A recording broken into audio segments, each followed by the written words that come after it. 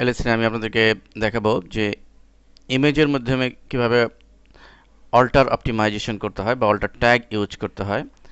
এটিও সার্চ ইঞ্জিনের জন্য অত্যন্ত গুরুত্বপূর্ণ। আমরা জানি যে গুগল থেকে আমরা গুগলের যে ইমেজ যে সেকশনটি রয়েছে সেখান থেকে আমরা অনেক ইমেজ নিয়ে থাকি।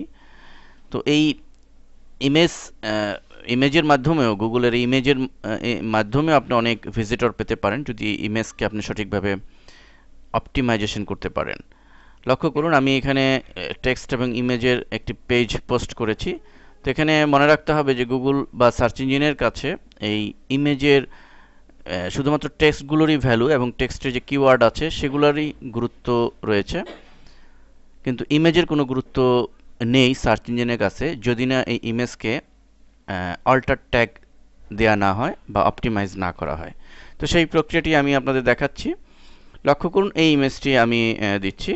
তো এখানে মনে রাখতে হবে যে এটি একটি ল্যাপটপ কম্পিউটার। আপনি এক্ষেত্রে এই ইমেজটি সিলেক্ট করলেই দেখবেন যে আমি ড্রিমওয়েভার HTML যারা কাজ করবেন তাদের জন্য দেখাচ্ছি আমি ড্রিমওয়েভার প্ল্যাটফর্মে। এখানে ইমেজটি সিলেক্ট করলে আমরা প্রপার্টিসে নিচে দেখতে পাচ্ছি যে অর্থাৎ অল্টার ট্যাগ এইখানে আমাদের দিয়ে দিতে হবে। তো এখানে আমাদের এটির যে কিওয়ার্ড সেটি আমরা দিতে পারি। এখানে আমি যেহেতু এটা ল্যাপটপ তাহলে আমি এই কিওয়ার্ডটি ল্যাপটপ দিতে পারি। ল্যাপটপ আমি ল্যাপটপ দিলাম, অর্থাৎ ল্যাপটপ দিয়ে সার্চ দিলে যেন এই ইমেজটি শো করে এবং সাথে আমার ওয়েবসাইটটিও যেন চলে আসে। অর্থাৎ কেউ যদি গুগলের ইমেজে গিয়ে ল্যাপটপ দিয়ে সার্চ দেয় তাহলে সে একদিকে যেমন ইমেজটি পাবে এবং এই ইমেজটি পাবে এবং সাথে সাথে এই আপনার যে সাইটটি ওয়েবসাইটটি সেই ওয়েবসাইটটিও শো করবে বা ভিজিট করতে পারবে। এভাবে অনেক ভিজিটর আনায়ন সম্ভব।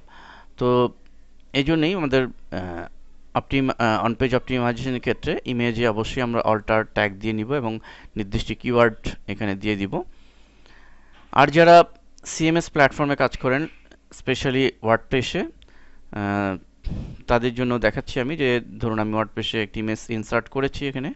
তো ইনসার্ট ইমেজটি আনার পরে আমি এখানে ল্যাপটপ, তো এখানে ইমেজটি ফাইনালি ইনসার্ট করার আগে নিচের দিকে আমরা গেলেই দেখব অল্টারনেশন টেক্সট। ঠিক এই জায়গার মধ্যে আমরা লিখে দিব আমরা আমাদের নির্দিষ্ট কিওয়ার্ডটি। লাইক আমি ল্যাপটপ দিচ্ছি, তো ল্যাপটপ।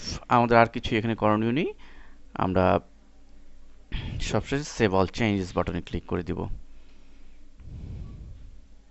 এভাবে আমরা যখনই কোনো পোস্টের মধ্যে ইমেজ ইনসার্ট করব সেখানে আমরা অল্টার ট্যাগ ইউজ করব।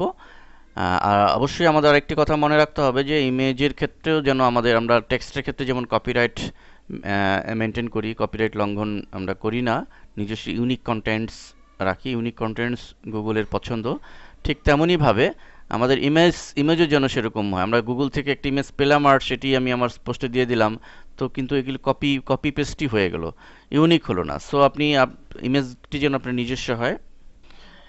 এক্ষেত্রে আমাদের ইমেজের জন্য আমরা ফটোগ্রাফ থেকে ইমেজ আমরা ক্যামেরা দিয়ে ছবি তুলতে পারি, অথবা যদি গুগল থেকে নিতেই হয় সেটি গ্রাফিক্সে এনে ফটোশপে এনে আমরা আমাদের মোস্ট মডিফাই করে যেন সম্পূর্ণ ইউনিক হয় এবং ভিন্ন নাম দিয়ে সেভ করে আমি ইনসার্ট করব, তাহলে এটি আর কপিরাইটের মধ্যে পড়বে না।